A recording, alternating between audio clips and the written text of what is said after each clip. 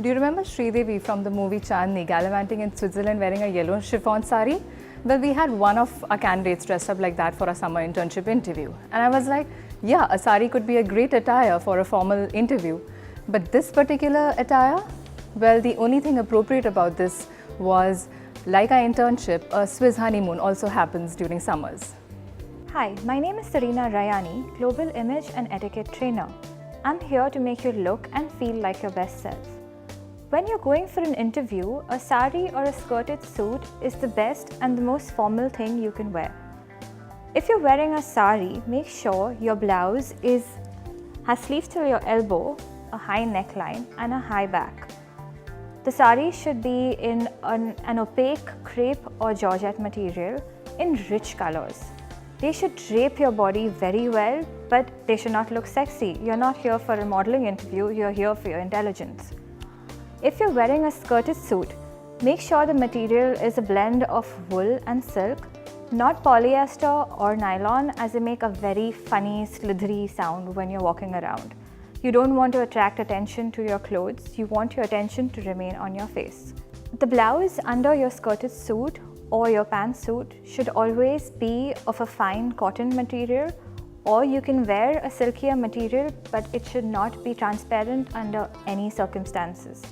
Also avoid any shades of pink, ruffles, fancy buttons, and also make sure that your shirt is not straining in the chest area. Always put a safety pin or add an extra button with the tailor if necessary. You can also wear a pantsuit or a kurti. If you're wearing a pantsuit, it's preferably avoidable for Indian women, as we do tend to have a lot of curves, and brands in India don't really make suits that are fitted to the body of the Indian women. If you do want to wear a pantsuit, make sure it is tailor-made to your body so that it's comfortable.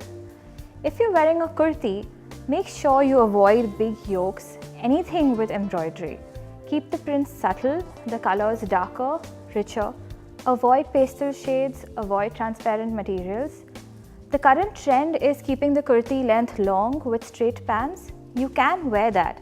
And please do avoid a dupatta, as it tends to fall and slither around and is very distracting to the opposite person, and also distracting to you because you'll be more occupied in keeping the dupatta on your shoulders or on your chest rather than actually talking to the interviewer.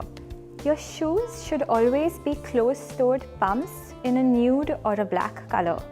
You can wear flats, you can wear ballet flats, but without any decoration or any brand names. You can also wear Indian footwear if you're wearing a sari or a kurta, which is open-toed. But avoid anything with ghungroos or any heels that make a lot of noise while walking. Again, you don't want to attract attention to your clothes. You want to look good overall as a whole. When you're wearing your jewelry, please do keep it very subtle. Call attention to your face area, as the first 12 inches of your face is very, very important during an interview. Your earrings should be small studs or small hoops, nothing bigger than your eyeball. That's the rule of thumb. If you're wearing a necklace, please do keep it above the shoulder area, as you don't want to draw attention to anything lower than that. Your bracelets should be kept to a minimum.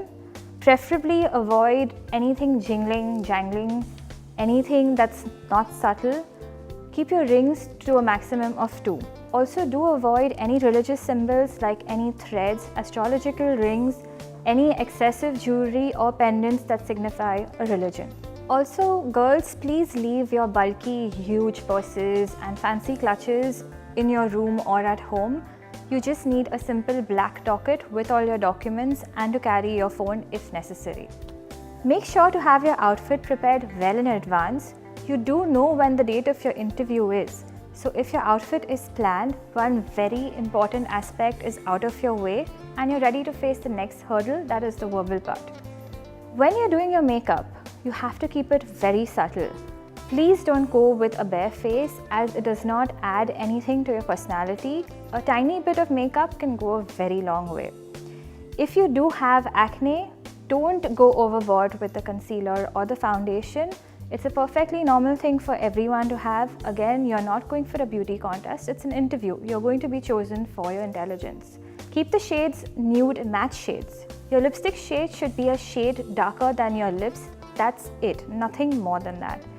Your eyeshadow should be a nude peach or pink color, and keep your kajal to a minimum as well. On the day of the interview, make sure your hair is freshly washed.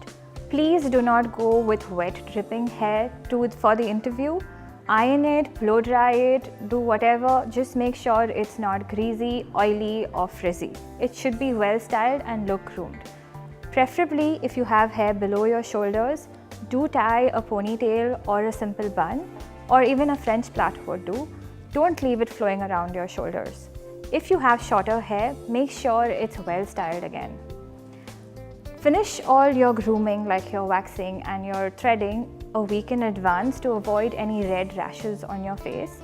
If you're not comfortable with any aspect of the waxing or threading and are entirely fine with the way you are, that's perfectly okay. Please do not bleach your hair though, because on Indian complexions, we tend to be a little darker, so the golden hair shows up and that looks worse than not removing the hair. Your nails should always be well groomed. If they're longer, file them to an acceptable length and paint them a clear or a nude polish. If you have short nails, make sure they're well groomed, well kept and not dirty. Try to avoid biting your nails, as it's a surefire sign that you're a nervous person. It doesn't bode very well for you during the interview. In the next video, we'll undertake the very difficult task of making the uglier sex look presentable.